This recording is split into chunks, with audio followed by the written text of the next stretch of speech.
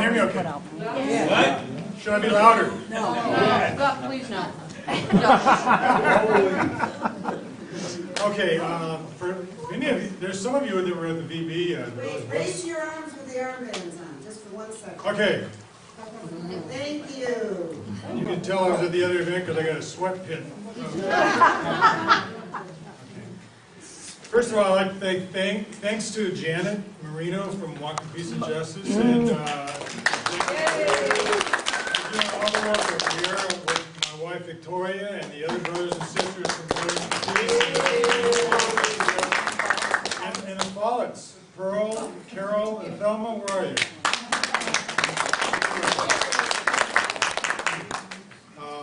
Tonight, we have our, most of you know. I'm not going to tell you anything you don't know. You don't want to hear. You don't want me to stand up for very long. In any case, I want to put in a plug though before we start. That'll save her a lot of time later. We have a petition for the Bring Our War Dollars Home resolution that Walking Peace and Justice, Veterans for Peace are sponsoring and writing, and we've got pretty good support so far from the City Council. They want to put it up for a vote at the end of August. There's a petition to sign. There's also a petition online. Go petition / pass resolution. Yeah, that, you know, if you want to do it online. If you have a chance before you leave, just go ahead and sign. We'll be talking about another resolution or another ordinance here shortly. Medea Benjamin is a co-founder of Code Pink, also a co-founder of Global Exchange. I think most of the people in the room know about that. She's been an advocate for social justice and world peace for more than 30 years, promoting U.S. foreign policies that would abolish war as an instrument of national policy. She's been on the front lines for a long time. Described as one of America's most committed and most effective fighters for human rights by Newsday, one of the high-profile leaders of the peace movement. She's here today, well actually, what can we call it, Northwest Drone Tour? Former economist, nutritionist with the United Nations, etc., World Health Organization. She's been everywhere. I mean, Gaza to South. Some of our members met her in Central America, for God's sake. She's the author of a new book called Drone Warfare, Killing by Remote Control.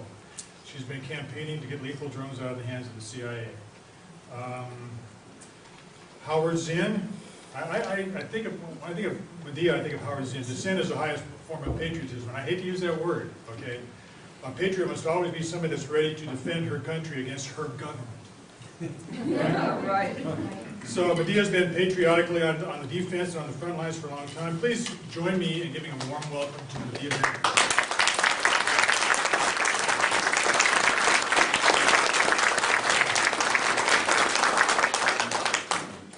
So I think I've discovered a very well-kept secret in this country, which is this community. This town, my goodness, it's so gorgeous. It looks almost like fake. It's not fake. Yeah. Don't tell anyone. Yeah, wow, it's really amazing. I mean, not only is it spectacularly beautiful, but to have all these progressive people who are here, and such an active community, and wonderful peace group, and you've even got some young people that care about these issues. So it might be a well-kept secret that you don't want me to tell anybody, but in just the couple of hours I've been here, I'm very inspired. So thank you for giving a wonderful model of how a community comes together and works together and really takes those values that we have and tries to implement it locally. And I have met some of you who have been with Global Exchange. Like, raise your hand if you've been on a Global Exchange trip. Wow. Wow. So where to? Cuba. Cuba. 93. Cuba. Chiapas. Cuba.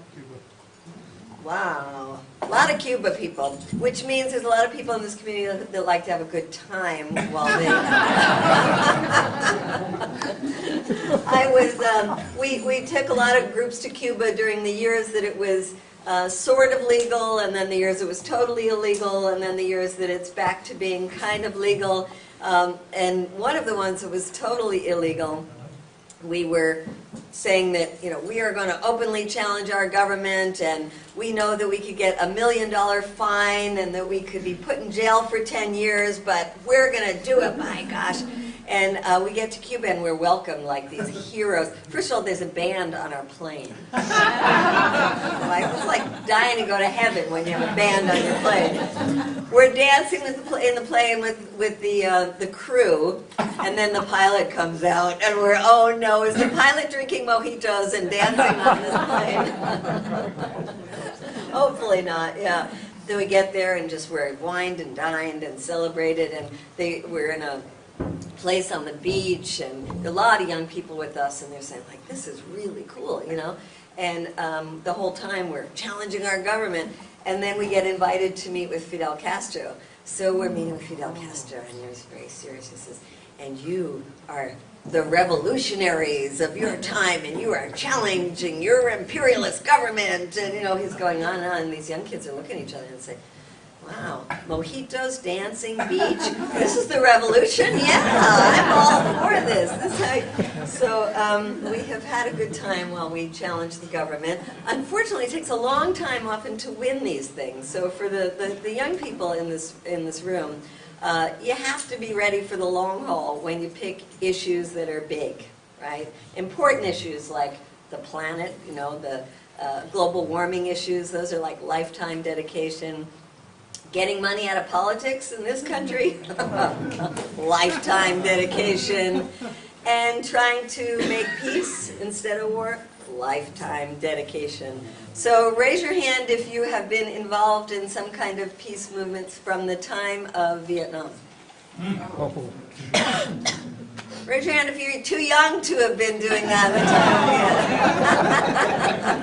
time of Vietnam. We need some more of you young people. Where are all your friends? I'm not from here. So. Where are all the young people? Well, my peers have small children. A lot of them are with their families tonight on Sunday night. Well, that's the generation we usually don't see, which is the 30s and 40s, right? So I find when we do this work that we've got the 20s and then we've got the 50s and up. But one of the positive things is that through the Occupy movement, now we've got some more of the 20s. And that's an excellent thing. I'm not sure how many in this community have been involved in the Occupy movement. It's been interesting traveling around to see what's come of it. And it's so different. In some communities, totally gone. In some communities, really organized, focusing on a lot of domestic issues like foreclosures and police brutality kinds of issues. And in other places, very domestic focused, locally focused, but also really interested in the international issues as well. For example, I was in Buffalo, New York, and there was a Occupy movement that was very interested in the international issues, came and heard the drone talk, and when we started talking about the kinds of things we can do locally, we were talking about no drone resolutions that communities could pass in their own city council. And there was a couple of young people that said, yes, we've got to do that here in Buffalo. And I said, yeah, great, you know, you can have a meeting afterwards, and you can decide, and you can plan, and all of that. And he says, no, we got to do it tomorrow. And I said, okay, I like the spirit, you know, this sounds good. And he says, so they said, all right, when tomorrow? And somebody says, 9 o'clock in the morning. And I thought, oh yeah, Occupy people are going to do something at 9 o'clock in the morning, fat chance.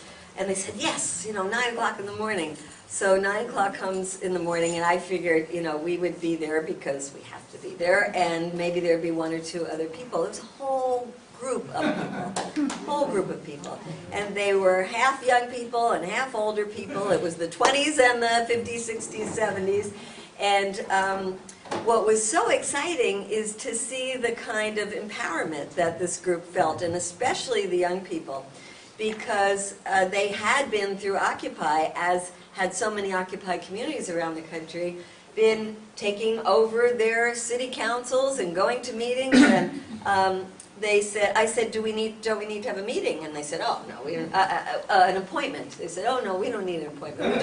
We just walk right in. And sure enough, they just marched into the city hall, and they go into the head of the city council, and the secretary or the assistant tries to come out and says, no, no, no, he's busy. And they say, oh, we know he's busy. That's why we're here, because we're going to make him even busier. And just walk right into the room and very politely say, good morning, nice to see you again, ask about the family, and then just say, now we have a new project. We have this no drones resolution, and they start just talking to him about drones, and he says, I'm very busy, and he says, we know, that's why we came. And it was all so encouraging to see, and they got it on the docket. It's going to be talked about, I think, in next week. And they're planning to pack the city council when they talk about it. And not only that, as a community, they had decided that they really want these young people to get more experience. And so we are doing something on this drone issue that is going to be very impactful, and that is we're taking a group to Pakistan to do a peace march. And that's going to happen September 21st, which is International Peace Day, and it's going to be the week of the 21st to the 28th. And so we were talking about this, and a couple of people from the Occupy movement said, wow, that's amazing. I've never been out of this country. I don't have a passport. How does one do any of that? Well, lo and behold, there are 3 people from that group in Buffalo, never been out of the country, never had passports, and the whole community is raising money for these 3 young people to go. So it's a great example. So I think there's a lot of potential for really good organizing, and one of the other positive things is that we're breaking down some of these silos of people who work on the environmental movement, people who work on things like Move to Amend, Money in Politics, Corporation is Not a Person, people who are working on the issues of getting the troops out of Afghanistan, stopping these drone strikes, a lot of understanding that these issues are all intertwined. And I think that is because the Occupy movement, for all its faults, the best thing about it was getting out this issue of corporate control and how this country is being run by the 1% for the 1%, and that needs to change.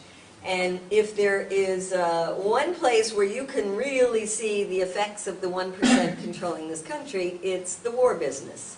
And let's face it, it is a business, and it's a big business.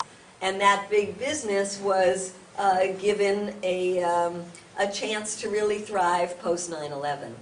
Post 9/11, because now we don't make war on a country, we don't make war on a Soviet evil empire, we don't make war on Vietnam, we make war on a strategy, a tactic, a terrorism. And that can be anywhere, and it can keep going on and on and on and on. And that's what they're doing, is dragging this out. And we see that the profits are tremendous. That if you look at what has happened since 9/11 and how we have continued to give such massive percentage of our budget to the Pentagon, over 50% of our discretionary funds.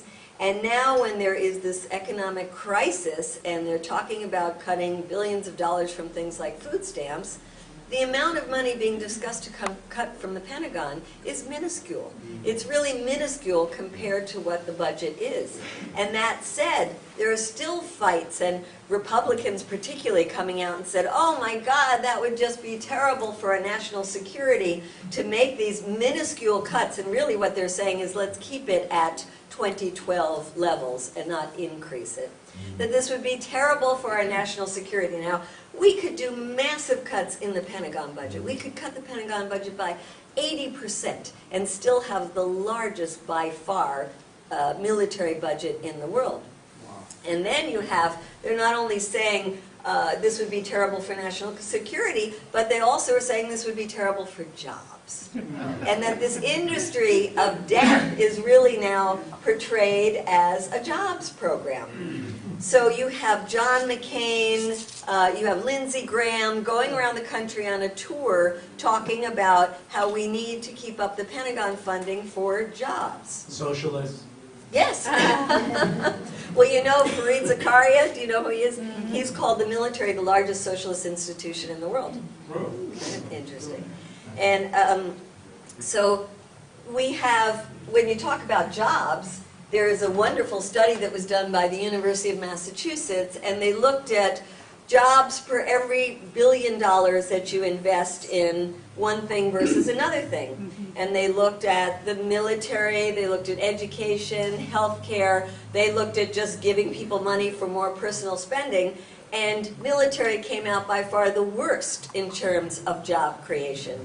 So if we really want jobs, investing in clean energy is a much better investment of our tax dollars than the chemicals. So it seems like the military is a little worried about its budget, but they're also worried by the fact that Americans are tired of war.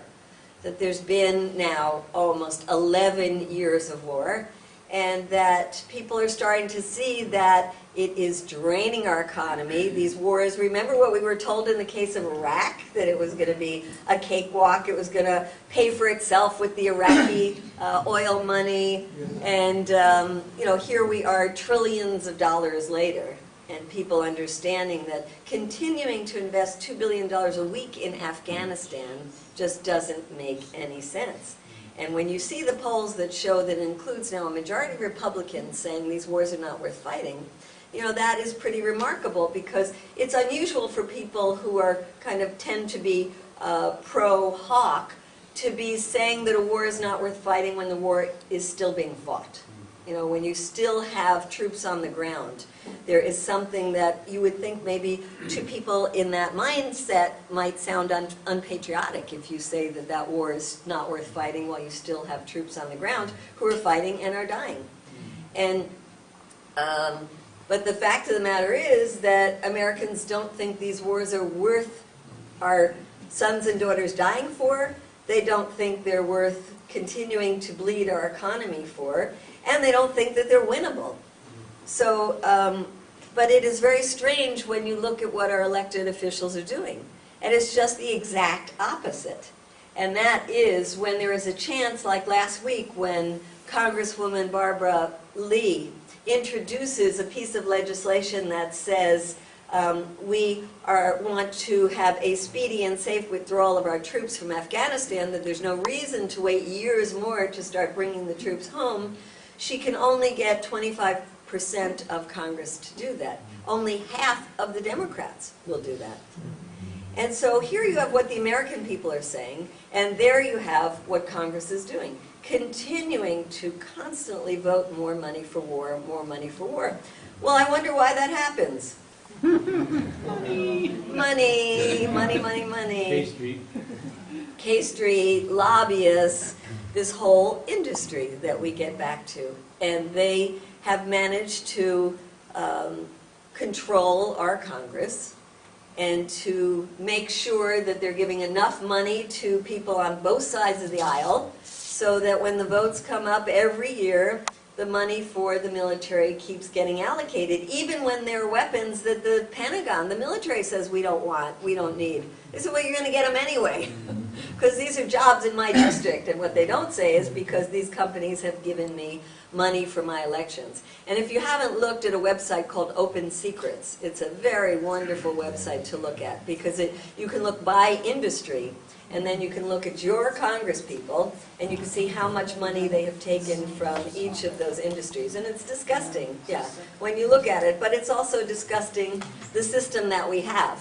And to say that this is some kind of model of democracy for the rest of the world and that we should go around teaching other countries democracy, well, other countries, when they really get a chance to look deep in our system, say this isn't the kind of system that we want.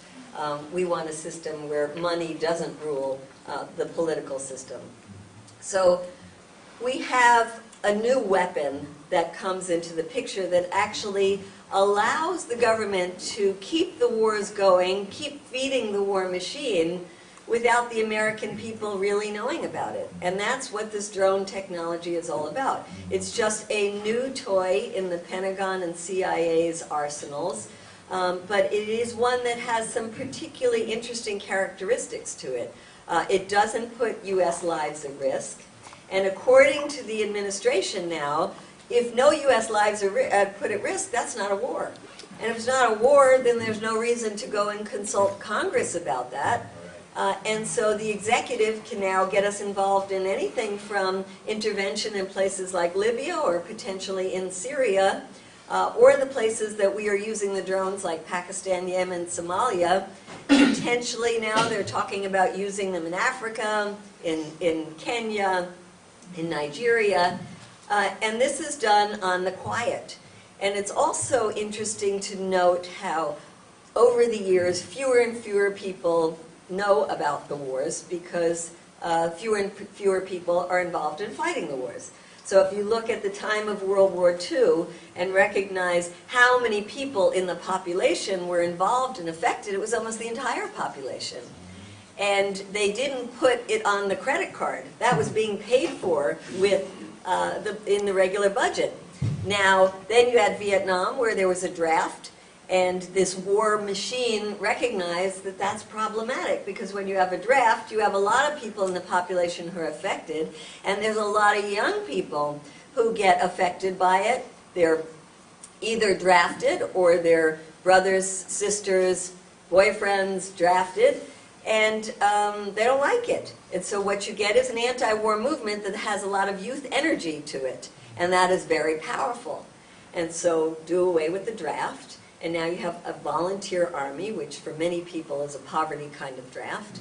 And there's less than 1% of the population that is actually involved in fighting. And now if you are able to move to a situation where you have less and less boots on the ground, you can cut a lot of the military in terms of the numbers, and you can start simply using substitutes like counterterrorism small groups, cyber warfare that's being used, and drone warfare. And this is the way of waging war now in the 21st century, where we are farther and farther and farther away from fighting the wars physically, being involved in the wars, understanding how it affects our pocketbook, which it does, but it's put on the credit card, and continue to feed this industry. So I'm going to run through these quickly because I want to get through to a discussion. But there were only about 50 drones in the Pentagon arsenal when 2000, before 9/11. Now there's over 7,000 of these drones. Some of them are tiny, looking exactly like insects or birds. And these are used for getting information, for gathering intelligence, just like the drone that the soldiers can launch from their backpack. And then we have the drones that are used for killing, that are the size of airplanes. And those are Predator and Reaper drones, many of them made by companies in Southern California like General Atomics, but you all have Boeing here, right? Yes. And Boeing is making the Hellfire missiles for those drones, and Boeing is making its own drones. And those are being remotely piloted here in the United States. If they're in the hands of the CIA, it's in Virginia. If they're in the hands of the military, they're at Air Force bases, like at Hancock Air Force Base in upstate New York, and Holloman Air Force Base in New Mexico, in Creech Air Force Base in Las Vegas. So this is in Creech. You can see it looks kind of comfy. You can sit back in your air-conditioned room, in your ergonomic chair, and be killing people by day, and in this case you could go and play the slot machines at night. It's the new way of waging war. One of the complaints, though, is that it's boring. That some of these pilots would really like to be in the battlefield with their buddies instead of so far away. But indeed, they are given the authority to kill people based on two things. Either a kill list that our President, Barack Obama, is very involved in creating. In fact, he has Terror Tuesdays once a week. Now, every time Tuesday comes around, you might think, aha, who is going to be put on the kill list today? Because this is a weekly gathering, and they look at what they call baseball, they look at profiles that resemble baseball cards, and decide who's going to live and who's going to die. And they have admitted that any male of military age who lives in the zones where we are using these drones are considered militants, i.e. fair game. So these remote control pilots are given a list, okay, here's a person we're going to kill, there's a person we're going to kill. But they are also given this expanded authority to kill people on the basis of just suspicious behavior. So imagine these very bored young guys who grew up, many of them playing video games, where it was indeed a game to be killing people, and are now doing the real thing and looking constantly for suspicious behavior. And so what you get is a lot of killing of people who are gathering in community venues that to these people look like they are at a Taliban training camp, or as somebody just handed me a note about Afghanistan, when young boys are out in the nighttime watering their crops, because that's what the custom is to do it at night. It looks to these drone pilots like they are planting IEDs. This kind of bad information is partly because many of these drone pilots have never been to the region, don't speak the language, don't know the culture, and